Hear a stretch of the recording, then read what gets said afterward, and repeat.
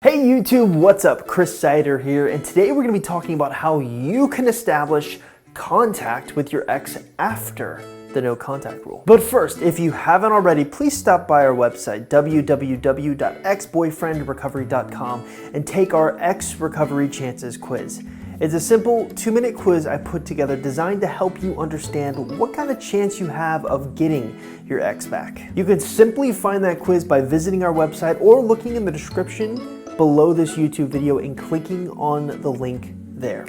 Let's get started. Now, one of the biggest questions that I get asked all the time is, Chris, how do I reach out to my ex after a no contact rule? Well, in order to explore that, we first must understand the mindset of a man during the no contact rule. So it's really common for a man to swing from one end of the spectrum to the other. We often look at this as mood swings, where 1 minute they're really happy and kind of, yay, I'm free. And the next they're all depressed and eating ice cream. So from what I've experienced by working with people, it seems like people tend to have two ways that they reach out to an ex after the no contact rule. The first way is they'll, send a simple hey in a text message.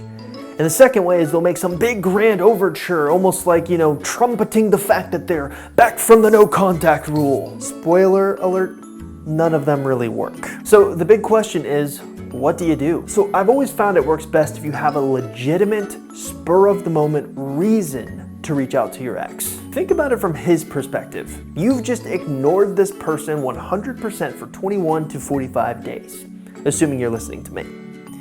It wouldn't be kind of weird if you just reached out of the blue for some random grand overture? Yes, it would. So here's what I thought I would do for you.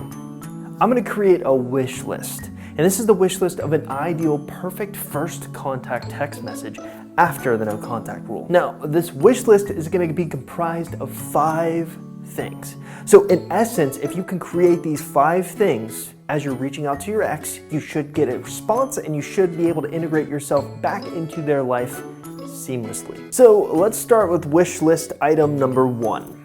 You need to have a legitimate reason to reach out to your ex. Wouldn't it be a little weird if you ignored your ex for like 21 or 45 days and then just reached out to them randomly and said, hey, what's up? Probably not gonna work. But if you reach out to them with a legitimate reason that makes sense for the situation, and it's not so much about you, but it's more about them, you'll find you'll have a better success rate. So in the description of this video, I'm actually gonna put a link to an article for you to read. Now this article is going to be sort of all about text messages and all about legitimate reasons that you can reach out to your ex.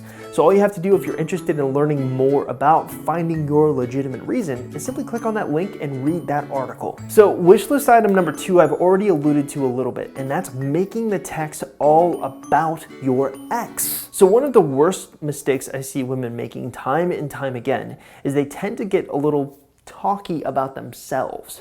So one of the things I always try to harp on with my clients is what's in it for them. What matters most isn't, the great day that you had. What matters more is what your ex is interested in, because that's what's going to draw him in and make him open to responding to you. All right, so wish list item number 3. It's all about having some sort of curiosity hook. So oftentimes what happens when you get a text message that's really good is there's some sort of curiosity hook embedded into them.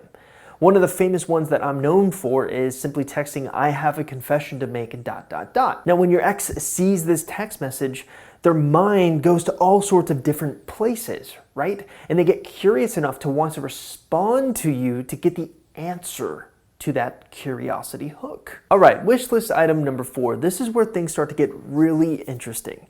And that's having some sort of pattern interrupt involved. So if you don't know what a pattern interrupt is, it's pretty simple.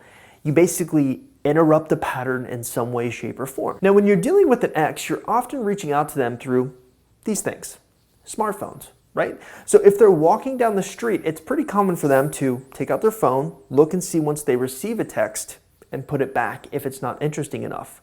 So what you can do is interrupt the pattern. So as you text your ex, he'll reach out his phone, and if you have some sort of pattern interrupt involved in your text message, that will make him kind of do a double take. And that's what we want, because that's what can hook him in to make him interested in responding to your text. All right, Item wish list number 5. Now this is a really, really good one and something I feel is often overlooked, and that's having a payoff. Consider a moment if you are texting your ex and you text them with, a pattern interrupt and curiosity and what's in it for them.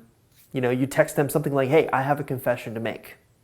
Well, the issue that people have when they try this technique out is that there's no really grand payoff. Really, it doesn't matter unless you can tie it all together at the end. So let me give you an example. One of the clients that I was working with a few months ago wanted to use the I have a confession to make text, right? And so I told her to prime her ex for when she reaches out. But the problem is we were having a real rough time figuring out how to come up with a payoff. So if you're texting your ex, I have a confession to make, there needs to be a payoff that is equal to or greater than what they expect in their heads. And that's really challenging because what they can expect in their heads and imagine in their minds is going to be probably a lot greater than reality. So here's what we came up with. She texted him, I have a confession to make, to which he responds, what is it? Then she texts him, I'm actually going for a job interview in your area today. Just thought you'd like to know. Now, this seems kind of, basic on a broad view, but what isn't basic were the results that she got. He asked her instantly on a date. So I think this is a perfect example of how payoffs can work. If you can match all 5 of these wish list items together and get them to synergize, you're gonna get great results when you reach out to your ex.